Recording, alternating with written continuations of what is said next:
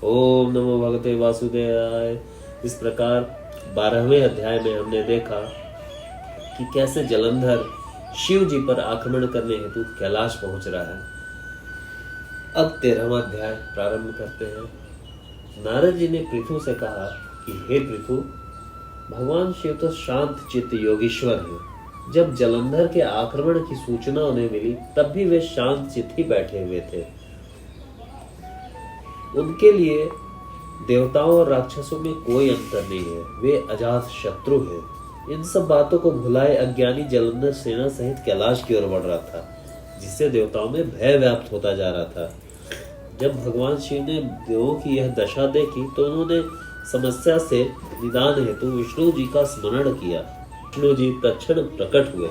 तब शिव जी ने विष्णु जी से पूछा कि हे नारायण, आपने देवताओं को त्रास देने वाले उस जलंधर का वध क्यों नहीं किया, उसे छोड़ क्यों दिया? इतना ही नहीं, लक्ष्मी जी और गणों के सहित आप उसके घर में निवास करने लगे, क्या कारण है? विष्णु जी बोले, हे महादेव, यह महादैत्य आपके अंश से उत्पन्न हुआ है। पहला कि ये मेरी पत्नी लक्ष्मी का भाई है। दूसरा, इसे ब्रह्मा जी का वरदान है कि ये इसका वध आपके हाथों ही होगा, इसलिए यह मेरे हाथों अवध्य है। भगवान विष्णु की बात सुनकर भोलेनाथ बोले, यह महादैत्य हमसे भी ऐसे नहीं मारा जाएगा। हे विष्णु जी, कृपया मुझे अपना तेज प्रदान करें। इसके बाद भगवान विष्णु तथा सभी देवी देवताओं ने अपने तेज भगवान शिव को प्रदान किए। तब महादेव सभी तेजों को एकत्रित कर उससे ज्वालामाली, सुदर्शन चक्र और एक वज्र बनाकर जलंधर से युद्ध करने को सज्ज हुए। उनके भूत गणों की सेना के साथ देव सेना भी मिल गई। तब जलंधर और उनकी सेना के बीच घोर युद्ध प्रारंभ हुआ।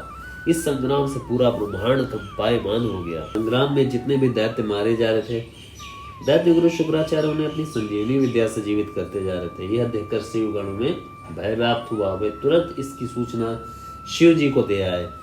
तब शिव जी ने तत्काल अपने मुख से कंदरा के समान मुख वाली एक विकराल कन्या उत्पन्न की। वह कन्या हुंकार भरती आगे बढ़ी और दैत्यों का भक्षण करते हुए दैत्य गुरु शुक्राचार्य को उठाकर लोप हो गई।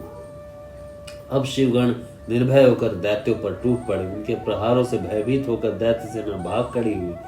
सेना को भागते देख जलंधर के सेनापति शुंभ, निशुंभ और कालनेमी शिवगणों से भिड़ गए।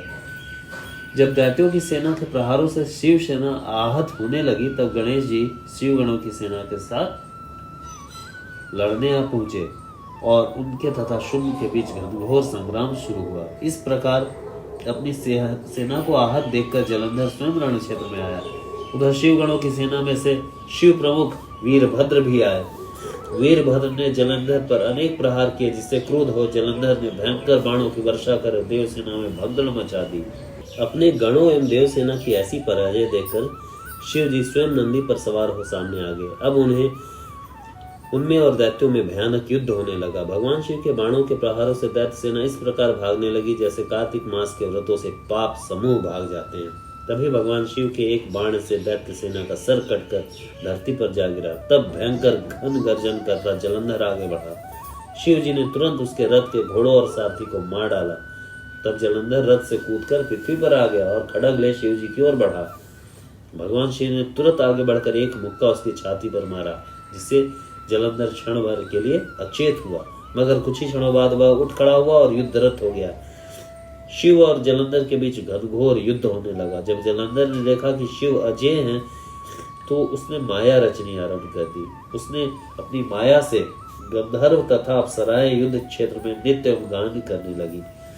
तब भगवान शिव भी उसकी माया से वशीभूत होकर युद्ध करना छोड़ नित्य करने में लग्न हो गए। इस प्रकार कार्तिक मास अध्यात्म का 13वां अध्याय समाप्त हुआ। ओम नमो भगवते वासुदेवाय।